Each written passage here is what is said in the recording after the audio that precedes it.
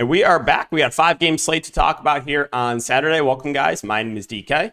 Again, in this video, we'll be breaking down the 5-game NBA Data Fantasy Sports slate. Also cover content for NFL, DFS, and for player prop sites. Prize Picks is the sponsor of the video. If you guys are not on Prize Picks, you can use the code DKDFS for 100% match up to $100. But how it works is you're building out slips of player props 2, 3, 4, 5, up to 6. If you build a slip of 6 and you hit all 6, you win 25 extra money. And yeah, they have a lot of different discounts, Taco Tuesday, all that good stuff. So Flex Friday, for example, today, where you give it $20 and get your money back if it loses. So if you guys do want to give Prize Picks a try, again, click that link down below or use the code DKDFS. All right, so let's recap last couple slates. So last night, I thought I was going to have a huge night. I had Claxton and Hawkeyes in the early game, then the Warriors stacked with SGA, and the game turns into a random massive blowout, and Klay Thompson shoots 1 of 70, and Chalk Pojemski smashes in garbage time. So that tilted me, and then tonight, I'm in decent shape tonight. I'm in decent shape. Probably going to at least 2x, we'll see. Maybe 3, 4x if some of these Clippers guys can have solid if my Clippers value can have solid, games or solid halves in the second half, then they'll be looking good. But why couldn't Donovan Mitchell just play, man? Why couldn't he just play? I had the nuts. I had Dyson Daniels. I had Keontae George, and then I had to move stuff around, obviously, to prioritize Darius Garland, which, of course, I don't regret. He had a subpar game, but he was 65% on high stakes for a reason, right? No, I never look at it. I'm not a player that's like, oh my gosh, why did I pivot to get Darius Garland in without Donovan Mitchell? Why did I do that? No, I'm not a results guy. Process, clearly Garland was one of the best. I think he was the highest on play in high stakes of the slate. He just had a subpar game without Donovan Mitchell. Simple as that, right? The Knicks, the minutes on Josh Hart did tilt me. I mean, the guy played 47 minutes a couple games ago with RJ Barrett out, and now they're missing 2 players. 13 first half minutes for Josh Hart. I'm like, what is this? Is this real life? Come on. Low on Kevin Knox had a really solid game.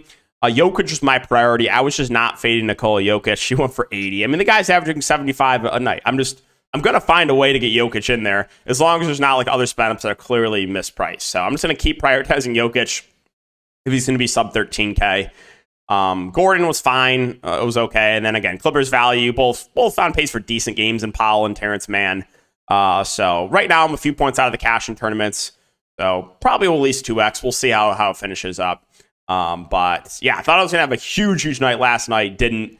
And that's DFS for you. Tilting game that we play for sure. It's a very tilting game. All right, so let's talk about this 5-game slate. We'll start off with Minnesota and New Orleans. So for the Minnesota side, everyone fully healthy. You got Ant at 8-7, Cat at 7-9. I like both guys here. In a competitive game, I think you get high 30s minutes from Anthony Edwards. You're probably getting mid 30s minutes from Karl-Anthony Towns. I think both are underpriced here. Not scared of New Orleans defensively at all. So yeah, I like both of the main Minnesota guys in Ant and in Cat. You guys know what I'm going to say about Rudy Gobert. He's there. Most likely plays low to mid 30s minutes. Most likely gives you around 35 fantasy points. Just kind of a reasonable play. And then a lot of these secondary guys look pretty similar to me as well. I think Conley's probably your safest of these value plays. You should expect high 20s minutes from him. 31, 22 minutes over the last 4 games. In this game, I think it was a blowout there against Phoenix. So no real strong takes on Conley. Naz Reid is backing up both Karl-Anthony Towns and Gobert. He's playing, high teens to low 20s minutes a night. He's about a fantasy point per minute player. Reasonable value. And then what I always say with Naz Reid is, if something does happen with one of the bigs, if there's some foul trouble, he is a guy that does benefit. So there's ways where he can find his way into more minutes. Slow-mo, Kyle Anderson, 4.4K. Minutes have not been amazing on him, ticking down a little bit, but still a guy that can stuff the stat sheet. I think you can project him for low to mid-20s minutes.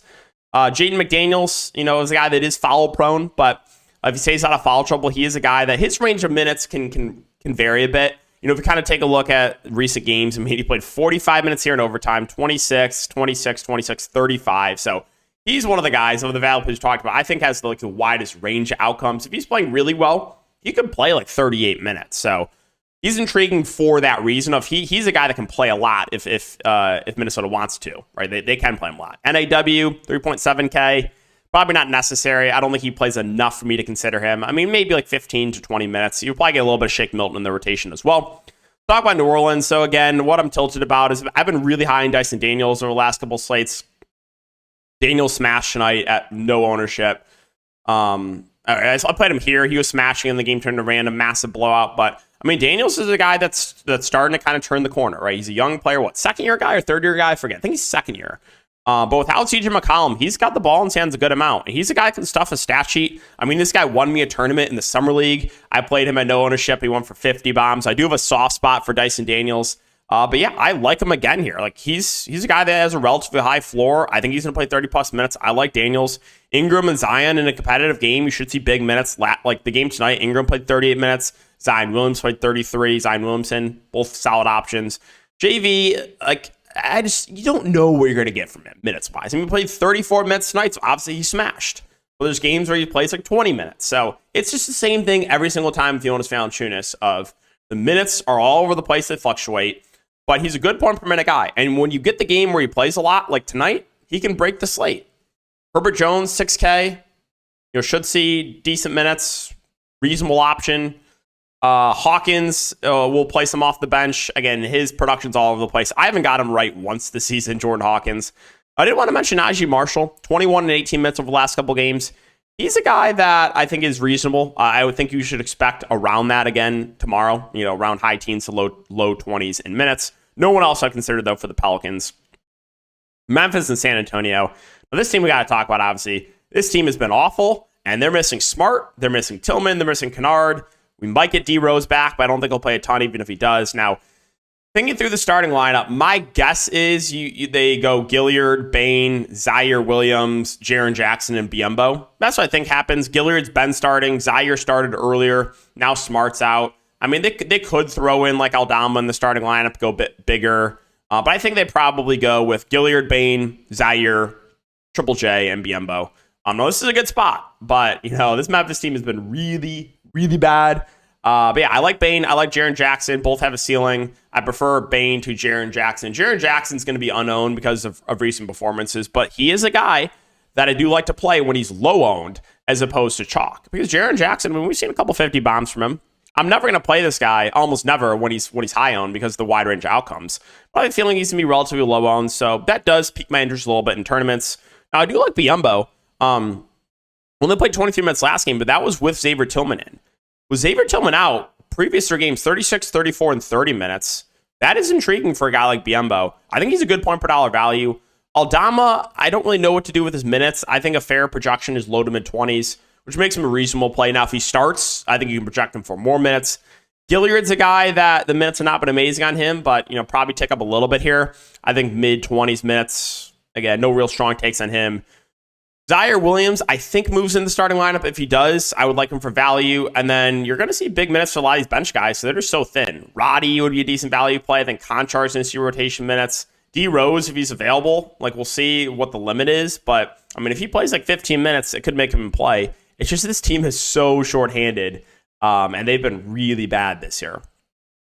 San Antonio's Novosel, or probably Novosel, no Trey Jones. I don't think they'll be available. We'll keep an eye on the news. Wembanyama. You know what I'm going to say, right? High ceiling, relatively low floor, definitely not a cash play. Price point makes it a bit tricky to get to him, but as a contrarian tournament play, I have no issue with it. Eldon Johnson, 7.1K. Had a huge game last game. I think he's solid. Zach Collins also had a huge game tonight. Both plays are a decent and a good matchup. Jeremy Sohan should play big minutes. He played 37 minutes tonight. So the Spurs ran a relatively tight rotation. All the main guys didn't look pretty good here. Why could not... Okay, can someone tell me this? Why couldn't we get this Champagny game when he was 60% owned last slate?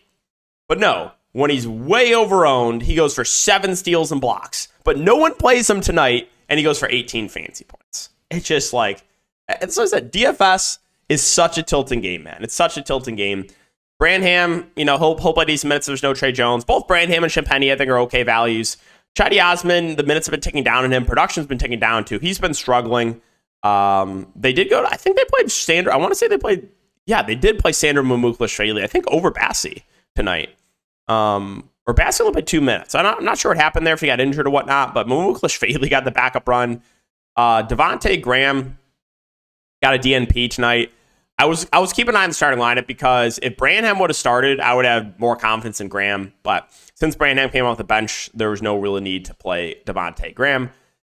Miami, so no Tyler here, obviously still. Jimmy and Bam both have a ceiling. It's kind of tough to nail down who it's going to be, though, between these two guys. It's been Bam a lot recently. It was Jimmy last game. Both guys have a ceiling. I think if this game stays competitive, one of them is going to have a pretty good game. Duncan Robinson's playing huge minutes right now. 39, 36, and 38 minutes. He's getting a lot of shots up, and he's making his shots. Now, I will caution people, right? We know that Duncan does have a floor.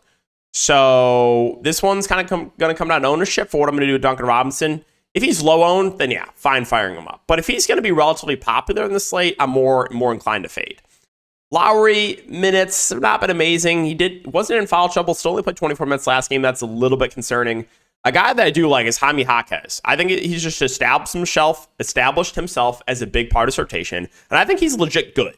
I think he's just a good NBA player. He's played 30-plus minutes the last 4 games, and he should be. I think he honestly should be starting for this team. I like Jaime Jaquez for value. I think he's a really good value play. Highsmith, 4.4K, has been starting. Production minutes kind of been a little bit up and down. Jay Rich will back up Lowry. Martin played a little bit. Now, one thing to note is Thomas Bryant's been getting DNPs recently. They've been playing Kevin Love as the backup 5. We know Love's a good point per minute guy. Sub 4K, that makes him firmly in play.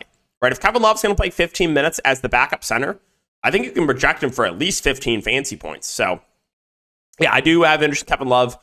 For Chicago, there's nothing that stands out. It's just typical, man. Like, LaVine, my brother in Christ. Are you serious what you did tonight? Are you serious? I played LaVine at literally no ownership the other slate. This is what I'm talking about with DFS, man. Makes you want to pull your hair out. I play him the other slate without DeMar DeRozan.